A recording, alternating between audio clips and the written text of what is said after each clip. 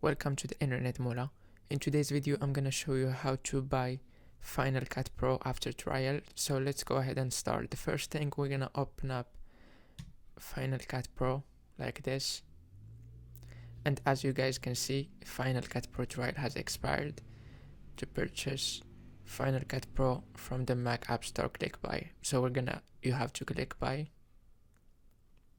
and then all you have to do is click twice.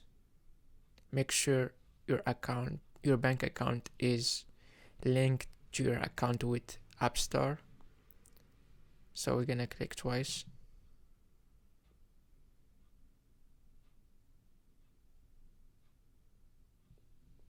And then click purchase. And as you guys can see, are you sure you want to buy and download Final Cut Pro? Say buy.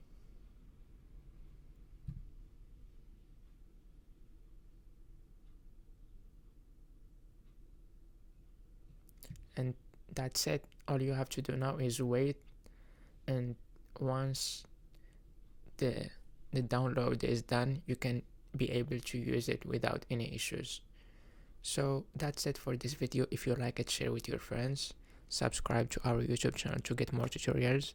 Thank you again for watching this video, and Happy New Year.